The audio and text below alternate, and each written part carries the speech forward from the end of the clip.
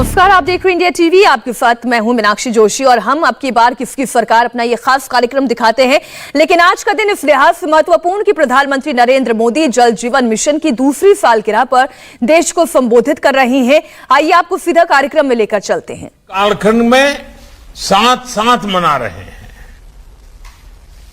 एक सुखद एहसास हम सभी को है कि बापू के सपनों को साकार करने के लिए देशवासियों ने निरंतर परिश्रम किया है, अपना सहयोग दिया है।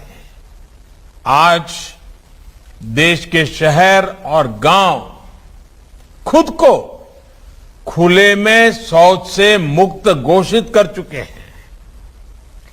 करीब करीब 2 लाख गांवों ने अपने यहां कचरा प्रबंधन का काम शुरू कर दिया है। 40,000 से ज्यादा ग्राम पंचायतों ने सिंगल यूज प्लास्टिक को बंद करने का भी फैसला लिया है। लंबे समय तक उपेक्षा की शिकार रही खादी, हैंडीक्राफ्ट, इसकी बिक्री भी अब कई गुना ज्यादा हो रही है। इन सभी प्रयासों के साथ ही आज देश आत्मनिर्भर भारत अभियान के संकल्प के साथ आगे बढ़ रहा है। साथियों, गांधी जी कहते थे कि ग्राम स्वराज का वास्तविक अर्थ आत्मबल से परिपूर्ण होना है। आत्मबल। इसलिए मेरा निरंतर प्रयास रहा है कि ग्राम स्वराज की ये सोच सिद्धियों की तरफ आगे बढ़े। गुजरात में अपने लंबे सेवा काल के दौरान मुझे ग्राम स्वराज के विजन को जमीन पर उतारने का अवसर मिला है। निर्मल गांव के संकल्प के साथ खुले में शौच से मुक्ति, जल मंदिर अभियान के माध्यम से गांव की पुरानी बावड़ियों को पुनर्जीवित करना, ज्योतिर्ग्राम योजना के तहत गांव में 24 घंटे बिजली पहुंचाना, तीर्थग्राम योजना के तहत गांव में दंगे फिसाद के बदले में सौहार्द को प्रोत्साहन देना, ई ग्राम और ब्रॉडबैंड से सभी ग्राम पंचायतों की कनेक्टिविटी, ऐसे अनेक प्रयासों से गांव और गांव की व्यवस्थाओं को राज्य के विकास का मुख्य आधार बनाया गया। बीते 2 दशकों में गुजरात को ऐसी योजनाओं के लिए, विशेषकर पानी के क्षेत्र में बेहतरीन काम करने के लिए राष्ट्रीय भी और अंतर्राष्ट्रीय संस्थानों से भी अनेकों अवार्ड भी मिले हैं। साथियों, 2014 में जब देश ने मुझे ये नया दायित्व दिया तो मुझे गुजरात में ग्राम स्वराज के अनुभवों का राष्ट्रीय स्तर पर विस्तार करने का अवसर मिला। ग्राम स्वराज का मतलब सिर्फ पंचायतों में चुनाव कराना, पंच सरपंच चुनना, इतना ही नहीं होता है। ग्राम स्वराज का असली लाभ तभी मिलेगा जब गांव में रहने वालों की गांव के विकास कार्यों से जुड़ी प्लानिंग और मैनेजमेंट तक में सक्रिय सहभागिता हो। इसी लक्ष्य के साथ सरकार द्वारा विशेषकर जल और स्वच्छता के लिए 2.25 लाख करोड़ रुपए से ज्यादा की राशि सीधे ग्राम पंचायतों को दी गई है। आज एक तरफ जहां ग्राम पंचायतों को ज्यादा से ज्यादा अधिकार दिए जा रहे हैं, दूसरी तरफ पारदर्शिता का भी पूरा ध्यान रखा जा रहा है। ग्राम स्वराज को लेकर केंद्र सरकार की प्रतिबद्धता का एक बड़ा प्रमाण जल जीवन मिशन और पानी समितियां भी है। साथियों, हमने बहुत सी ऐसी फिल्में देखी हैं, कहानियां पढ़ी हैं, कविताएं पढ़ी हैं, जिनमें विस्तार से ये बताया जाता है कि कैसे गांव की महिलाएं और बच्चे पानी लेने के लिए मीलों मीलों दूर चलकर जा रहे हैं। कुछ लोगों के मन में गांव का नाम लेते ही ऐसी ही कठिनाइयों की तस्वीर उभरती है, लेकिन बहुत ही कम ही लोगों के मन में ये सवाल उठता है कि आखिर इन लोगों को हर रोज किसी नदी या तालाब तक क्यों जाना पड़ता है? आखिर क्यों नहीं पानी इन लोगों तक पहुंचता? मैं समझता हूं जिन लोगों पर लंबे समय तक नीति निर्धारण की जिम्मेदारी थी, उन्हें ये सवाल खुद से जरूर पूछना चाहिए था, लेकिन ये सवाल पूछा नहीं गया, क्योंकि ये लोग जिन स्थानों पर रहे वहां पानी की इतनी दिक्कत उन्होंने देखी नहीं थी। बिना पानी की जिंदगी का दर्द क्या होता है वो उन्हें पता ही नहीं था। घर में पानी, स्विमिंग पूल, उसमें भी पानी, सब जगह पानी पानी। ऐसे लोगों ने कभी गरीबी देखी ही नहीं थी, इसलिए गरीबी उनके लिए एक आकर्षण रही, लिटरेचर और बौद्धिक ज्ञान दिखाने का जरिया बन गई। इन लोगों में एक आदर्श गांव के प्रति मोह होना चाहिए था, लेकिन ये लोग गांव के अभावों को ही पसंद करते रहे। मैं तो गुजरात जैसा राज्य से हूं, जहां अधिकतर सूखे की स्थिति मैंने देखी है। मैंने ये भी देखा है कि पानी की एक एक बूंद का कितना महत्व होता है। इसलिए गुजरात का मुख्यमंत्री रहते हुए लोगों तक जल पहुंचाना और जल संरक्षण मेरी प्राथमिकताओं में रहे। हमने ना सिर्फ लोगों तक, किसानों तक पानी पहुंचाया, बल्कि ये भी सुनिश्चित किया कि भूजल स्तर बढ़े। ये एक बड़ी वजह रही कि प्रधानमंत्री बनने के बाद मैंने पानी से जुड़ी चुनौतियों पर लगातार काम किया है। आज जो नतीजे हमें मिल रहे हैं वो हर भारतीय को गर्व से भर देने वाले हैं। आजादी से लेकर 2019 तक हमारे देश में सिर्फ 3 करोड़ घरों तक ही नल से जल पहुंचता था। 2019 में जल जीवन मिशन शुरू होने के बाद से 5 करोड़ घरों को पानी के कनेक्शन से जोड़ा गया है। आज देश के लगभग 80 जिलों के करीब 1.25 लाख गांवों के हर घर में नल से जल पहुंच रहा है। यानी पिछले 7 दशकों में जो काम हुआ था, आज के भारत ने सिर्फ 2 साल में उससे भी ज्यादा काम करके दिखाया है। वो दिन दूर नहीं जब देश की किसी भी बहन बेटी को पानी लाने के लिए रोज रोज दूर दूर तक पैदल चलकर नहीं जाना होगा। वो अपने समय का सदुपयोग अपनी बेहतरी, अपनी पढ़ाई लिखाई या अपने रोजगार पर उसको शुरू करने में कर पाएगी। भाइयों और बहनों, भारत के विकास में पानी की कमी बाधा न बने, इसके लिए काम करते रहना हम सभी का दायित्व है। सबका प्रयास बहुत आवश्यक है।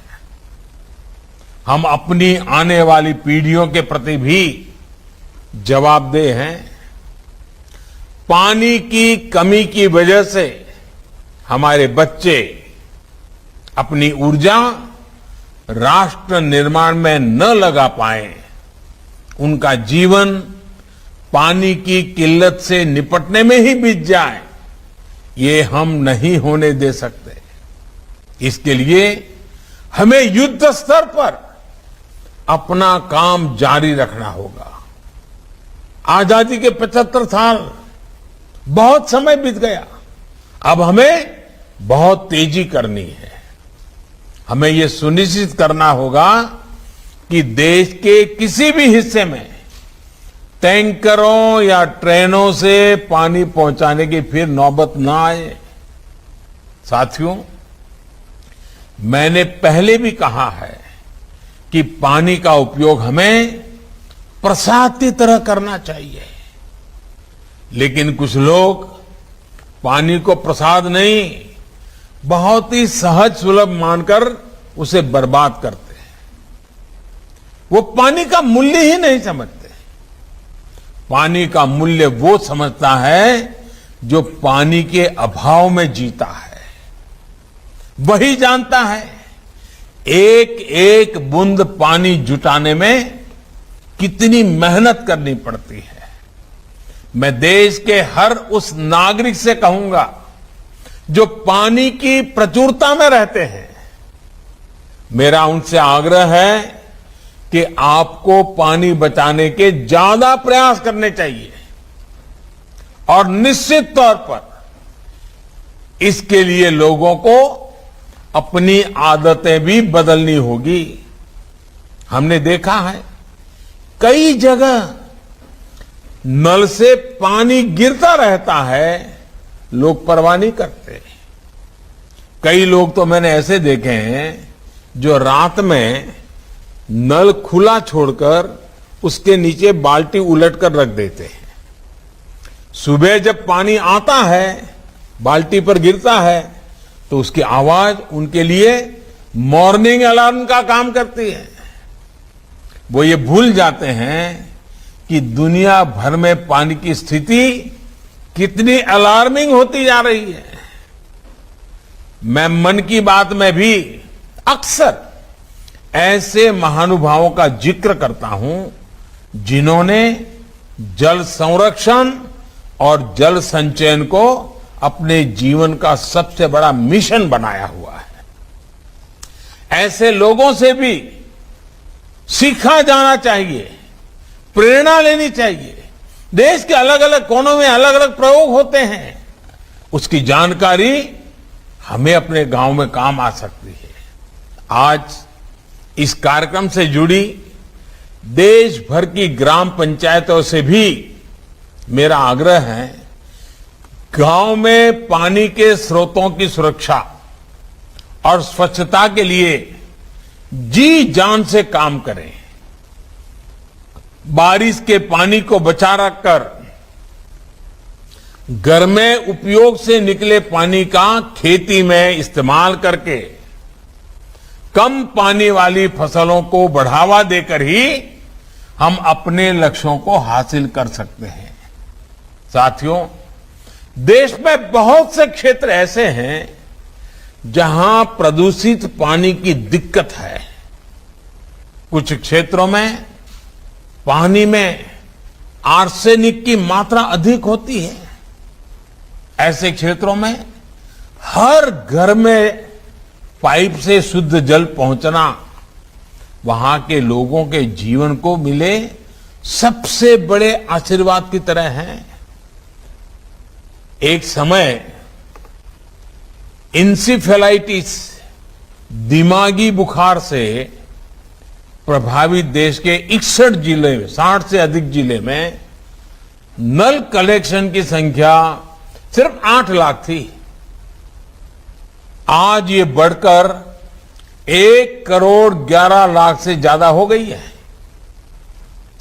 देश को जो जिले विकास की दौड़ में सबसे पीछे रह गए थे, जिन जिलों में विकास की एक अभूतपूर्व आकांक्षा है, वहां प्राथमिकता के आधार पर हर घर जल पहुंचाया जा रहा है। आकांक्षी जिलों में अब नल कनेक्शन की संख्या 31 लाख से बढ़कर 1,16,00,000 से ज्यादा हो गई है। साथियों, आज देश में पीने के पानी की सप्लाई ही नहीं, पानी के प्रबंधन और सिंचाई का एक व्यापक इंफ्रास्ट्रक्चर खड़ा करने को लेकर भी बड़े स्तर पर काम चल रहा है।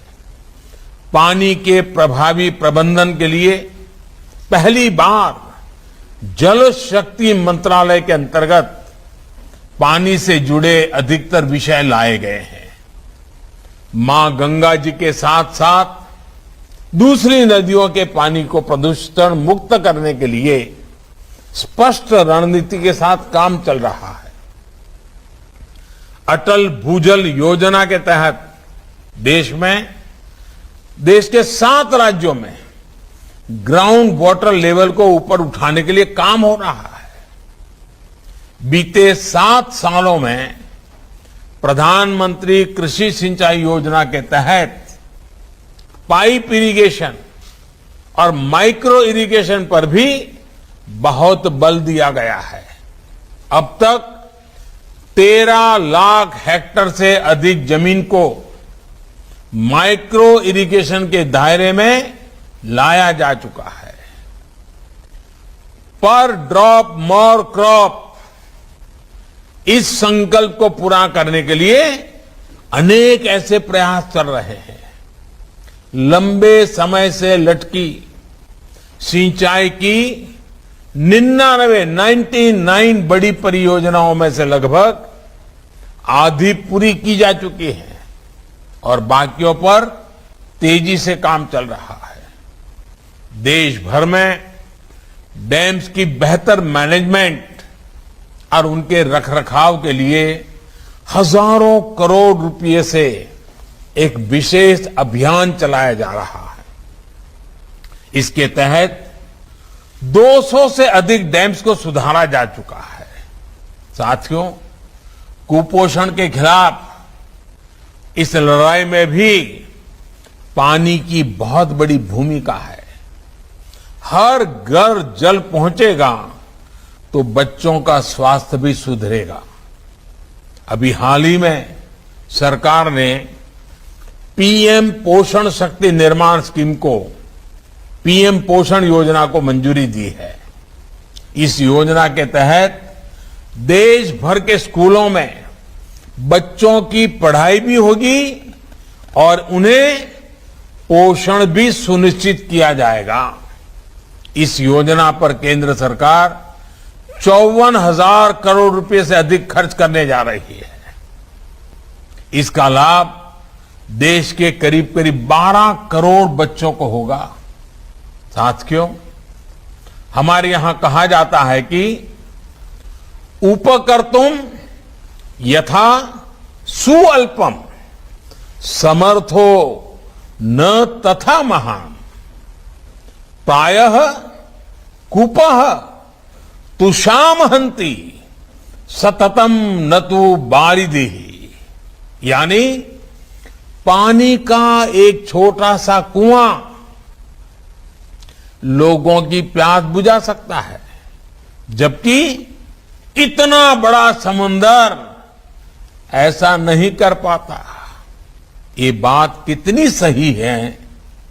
कई बार हम देखते हैं कि किसी का छोटा सा प्रयास बहुत से बड़े फैसलों से भी बड़ा होता है। आज पानी समिति पर भी यही बात लागू होती है। जल व्यवस्था की देखरेख और जल संरक्षण से जुड़े काम भले ही पानी समिति अपने गांव के दायरे में करती है, लेकिन इसका विस्तार बहुत बड़ा है। ये पानी समितियां गरीबों, दलितों, वंचितों, आदिवासियों के जीवन में बहुत बड़ा बदलाव ला रही है। जिन लोगों को आजादी के बाद 7 दशकों तक नल से जल नहीं मिल पाया था, छोटे से नल ने उनकी दुनिया ही बदल दी है। और ये भी गर्व की बात है कि जल जीवन मिशन के तहत बन रही पानी समितियों में 50% सदस्य अनिवार्य रूप से महिलाएं ही होती हैं। ये देश की उपलब्धि है कि इतने कम समय में करीब 3.5 लाख गांवों में पानी समितियां बन चुकी हैं। अभी कुछ देर पहले हमने जल जीवन संवाद के दौरान भी देखा है कि इन पानी समितियों में गांव की महिलाएं कितनी कुशलता से काम कर रही हैं। मुझे खुशी है कि गांव की महिलाओं को अपने गांव के पानी की जांच के लिए विशेष तौर पर ट्रेनिंग भी दी जा रही है। साथियों, गांव की महिलाओं का सशक्तिकरण हमारी सरकार की सर्वोच्च प्राथमिकताओं में से एक है। बीते वर्षों में बेटियों के स्वास्थ्य और सुरक्षा पर विशेष ध्यान दिया गया है। घर और स्कूल में टॉयलेट्स, सस्ते सैनिटरी पैड्स से लेकर गर्भावस्था के दौरान पोषण के लिए हजारों रुपयों की मदद और टीकाकरण अभियान से मातृशक्ति और मजबूत हुई है। प्रधानमंत्री मातृ वंदना योजना के तहत 2 करोड़ से अधिक गर्भवती महिलाओं को लगभग 8,500 करोड़ रुपए की सीधी मदद दी जा चुकी है। गांवों में जो 2.5 करोड़ से अधिक पक्के घर बनाए गए हैं, उनमें से अधिकांश पर मालिकाना हक महिलाओं का ही है। उज्ज्वला योजना ने गांव की करोड़ों महिलाओं को लकड़ी के धुएं से मुक्ति दिलाई है। मुद्रा योजना के तहत भी लगभग 70% ऋण महिला उद्यमियों को मिले हैं। सेल्फ हेल्प ग्रुप के जरिए भी ग्रामीण महिलाओं को आत्मनिर्भरता के मिशन से जोड़ा जा रहा है। पिछले 7 सालों के दौरान स्वयं सहायता समूहों में 3 गुना से अधिक बढ़ोतरी हुई है। 3 गुना अधिक बहनों की भागीदारी सुनिश्चित हुई है। राष्ट्रीय आजीविका मिशन के तहत 2014 से पहले के 5 वर्षों में जितनी मदद सरकार ने बहनों के लिए भेजी, बीते 7 सालों में उसमें लगभग 13 गुना बढ़ोतरी की गई है। 13 गुना। इतना ही नहीं, लगभग 4.25 लाख करोड़ रुपए का ऋण भी सेल्फ हेल्प ग्रुप्स इन माताओं बहनों को उपलब्ध कराया गया है। सरकार ने सेल्फ हेल्प ग्रुप्स को बिना गारंटी ऋण में भी काफी वृद्धि की है। भाइयों और बहनों, भारत का विकास गांवों के विकास पर ही निर्भर है।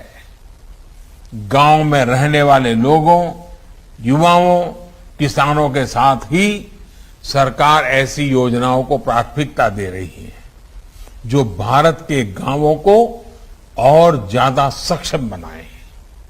गांव में जानवरों और घरों से जो बायोवेस्ट निकलता है, उसे इस्तेमाल करने के लिए गोवर्धन योजना चलाई जा रही है।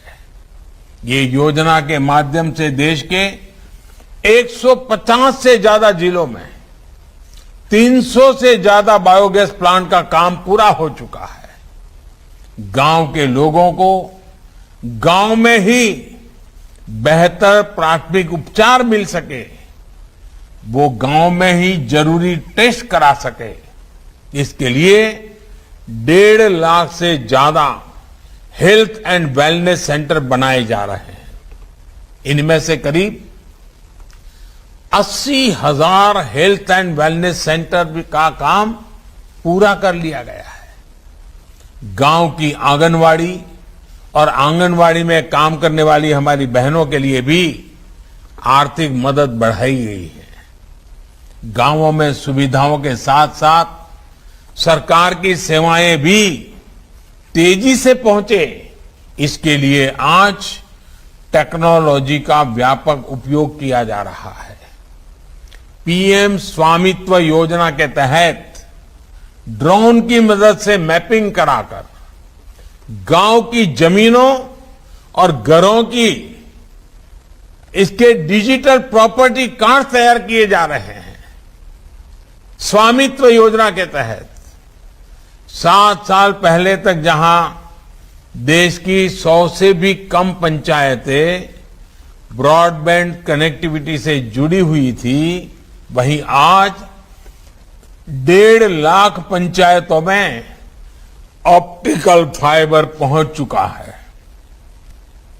सस्ते मोबाइल फोन और सस्ते इंटरनेट के कारण आज गांवों में शहरों से ज्यादा लोग इंटरनेट का उपयोग कर रहे हैं। आज 3 लाख से अधिक कॉमन सर्विस सेंटर सरकार की दर्जनों योजनाओं को गांव में ही उपलब्ध करा रहे हैं और हजारों युवाओं को रोजगार भी दे रहे हैं। आज गांव में हर प्रकार के इंफ्रास्ट्रक्चर के लिए रिकॉर्ड इन्वेस्टमेंट किया जा रहा है। प्रधानमंत्री ग्रामीण सड़क योजना हो, 1 लाख करोड़ रुपए का एग्री फंड हो, गांव के पास कोल्ड स्टोरेज का निर्माण हो, औद्योगिक क्लस्टर का निर्माण हो या फिर कृषि मंडियों का आधुनिकीकरण, हर क्षेत्र में तेज गति से काम जारी है। जल जीवन मिशन के लिए भी जो 3,60,000 करोड़ की व्यवस्था की गई है, वो गांवों में ही खर्च की जाएगी। यानी ये मिशन ग्रामीण अर्थव्यवस्था को नई मजबूती देने के साथ ही गांवों में रोजगार के अनेकों नए अवसर भी बनाएगा। साथियों, हमने दुनिया को दिखाया है कि हम भारत के लोग दृढ़ संकल्प के साथ सामूहिक प्रयासों से कठिन लक्ष्य को भी हासिल कर सकते हैं। हमें एकजुट होकर इस अभियान को सफल बनाना है। जल जीवन मिशन जल्द से जल्द अपने लक्ष्य तक पहुंचे, इसी कामना के साथ मैं अपनी बात समाप्त करता हूं।